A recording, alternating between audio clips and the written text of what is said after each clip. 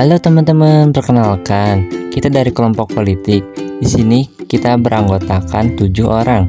Dan di sini juga kita akan ngebahas tentang kasus korupsi pemilu yang dimulai dari definisi, dan yang kedua itu ada kronologi, yang ketiga itu ada dampak negatif, dan yang keempat itu ada sebuah resolusi, dan yang terakhir itu ada masukan.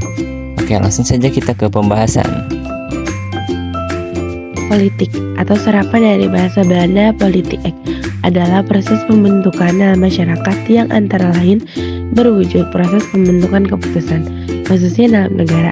Pengertian ini adalah upaya penggabungan antara berbagai definisi yang berbeda mengenai hakikat jabatan politik yang dikenal dalam ilmu politik. Politik menurut para ahli. 1. Aristoteles. Pengertian politik menurut Aristoteles adalah usaha yang ditempuh warga negara untuk mewujudkan kebaikan bersama. Yang kedua, dari Prof. Miriam Budiardjo. Pengertian politik menurut Prof. Miriam Budiardjo adalah macam-macam kegiatan dalam suatu sistem politik negara yang menyangkut proses menentukan dari tujuan dari sistem itu dan melaksanakan tujuan-tujuan itu. Yang terakhir, dari Frans Magnus Suseno. Pengertian politik menurut Frans Magnus Suseno adalah segala kegiatan manusia yang berorientasi kepada masyarakat secara keseluruhan atau berorientasi kepada negara. Dalam Black Law Dictionary, di modul tindak pidana korupsi KPK, korupsi adalah suatu perbuatan yang dilakukan dengan sebuah maksud untuk mendapatkan beberapa keuntungan yang bertentangan dengan tugas resmi dan kebenaran-kebenaran lainnya. Sesuatu perbuatan dari suatu yang resmi. Pengertian korupsi menurut Juniadi Suartojo adalah tindakan seseorang yang melanggar norma-norma yang sudah berlaku dengan menggunakan atau menyalahgunakan kekuasaan atau kesempatan melalui proses pengadaan, penetapan pungutan, penerimaan, pemberian fasilitas atau jasa lainnya.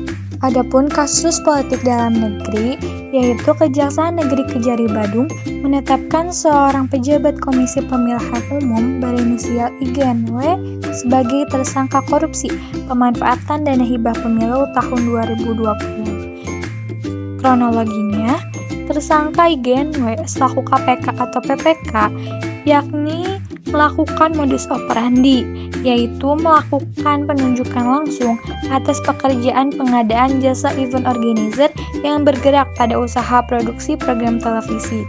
Terhadap item-item pekerjaan yang dilakukan tersebut dibayar sendiri oleh pihak KPU Kabupaten Badung dan ditemukan dalam pelaporan keuangan tidak mencerminkan adanya kejujuran, juga kelebihan pembayaran kepada pihak ketiga dalam rangka pemilihan bupati dan wakil bupati.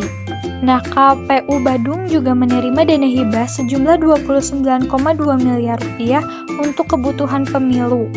Dari nilai dana hibah tersebut, Kejari belum menjelaskan berapa nilai yang dikorupsi oleh IGNW. Selanjutnya, penyidik Kejari Badung telah melakukan penyelidikan selama kurang lebih 1 bulan.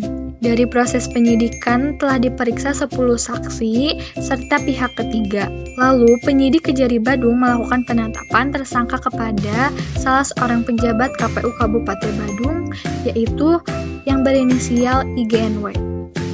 Setelah mendengar kronologi kasus korupsi dana hibah pemilihan umum, pastinya terdapat beberapa dampak negatif yang timbul akibat terjadinya kasus tersebut.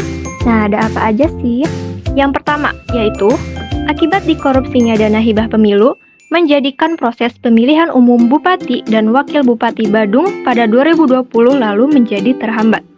Yang kedua, pelaku korupsi yaitu pejabat Komisi Pemilihan Umum atau KPU Badung yang berinisial IGNW yang mungkin tadinya mendapat banyak dukungan, setelah terjerat kasus korupsi dukungan-dukungan itu pastinya hilang.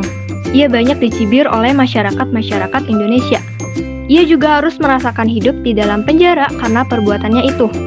Dan yang ketiga, sekaligus yang terakhir, akibat perbuatannya itu, pelaku yang berinisial IGNW kehilangan pekerjaannya selaku pejabat Komisi Pemilihan Umum atau KPU, kuasa pengguna anggaran atau KPK, sekaligus pejabat pembuat komitmen atau PPK. setelah masa hukumannya pun selesai, juga pelaku akan susah mendapat pekerjaan kembali karena sudah tercap tidak bagus oleh masyarakat Indonesia. Nah, maka dari itu, korupsi itu menimbulkan banyak dampak negatif untuk diri kita sendiri. Jangan korupsi. Yang pertama yaitu mengamati seluruh penyelenggaraan terhadap pemilu baik oleh penyelenggara pemilu, peserta pemilu maupun pihak lain seperti pemerintah, media massa, dan lain-lain. Yang kedua, mengkaji, yakni kegiatan menganalisa kejadian-kejadian tertentu dalam proses penyelenggaraan pemilu yang patut diduga merupakan bentuk pelanggaran pemilu.